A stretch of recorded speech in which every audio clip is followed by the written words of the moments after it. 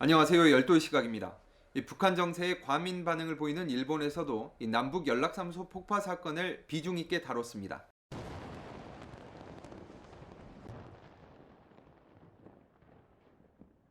오늘 아침 일본의 주요 신문 일면도 모두 연락사무소 폭파 소식이었습니다. 제가 확인한 요미우리, 아사히 마이니치, 산케이 신문 모두 일면에 이 폭파 순간을 담은 사진과 함께 비중 있게 다뤘고요. 일면에서는 주로 기본적인 팩트를 정리했습니다. 먼저 일본의 최대 일간지이자 보수 성향의 요미우리, 북한이 경제 지원을 노린다, 긴장을 연출해서 미국을 흔들려고 한다, 경제협력 실현 등 양보를 이끌어내기 위해서다. 특히 다가오는 미국 대통령 선거에서 이 한반도의 긴장 완화를 외교 성과로 내세우려는 트럼프 대통령을 흔들려는 의도가 있다고 해석했습니다. 또 미국 대통령 선거 때까지 이 경제 제재에 대한 돌파구를 여는 게 북한의 목표다. 핵실험이나 대륙간 탄도미사일 문제로 이 긴장을 연출해서 트럼프를 압박할 것이라고 전망했습니다.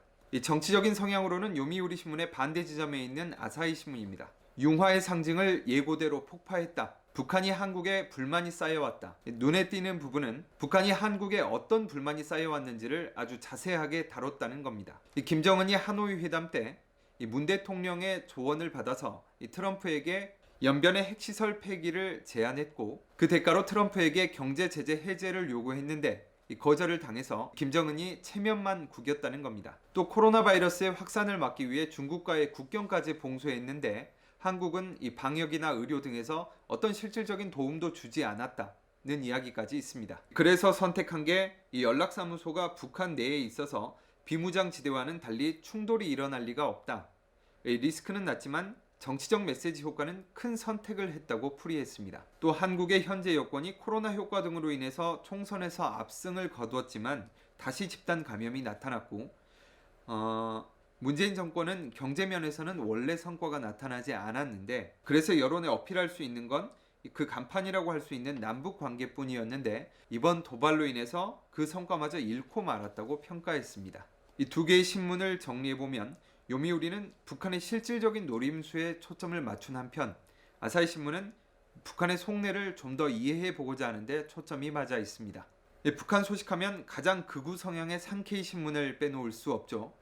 이 요미우리나 아사히의 구독자는 훨씬 못 미치지만 정치적인 색깔이 워낙 강한 신문입니다. 연속으로 찍힌 순간의 사진 4장을 쭉 게재하고 강경 자세를 과시했다. 미국과의 관계는 지장이 없다. 한국 굴욕, 대북 정책 수정 하나. 한국과의 대화가 지금 단절돼도 대미 관계에는 영향이 없다고 봐서 도발을 한 것이라고 풀이했습니다. 대륙간 탄도미사일 발사와는 달리 이 트럼프 정권을 직접 자극하지도 않고 남북 대화가 단절되더라도 이 김정은과 트럼프의 개인적 관계만 이어진다면 당장 지장이 없다는 계산이 엿보인다고 썼습니다. 다음 부분이 가장 상케이스러운 논조인데요.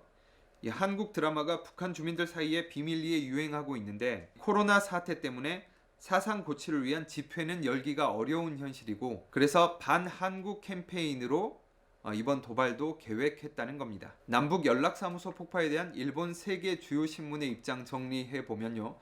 요미우리는 트럼프 흔들기, 아사히 신문 북한이 서운해하고 있고 불만이 많이 쌓여왔다, 산케이 신문 북한은 한국에 강경하고 한국 정부는 굴욕을 맛봤다 정도로 정리할 수 있겠습니다. 이상 열도의 시각이었습니다.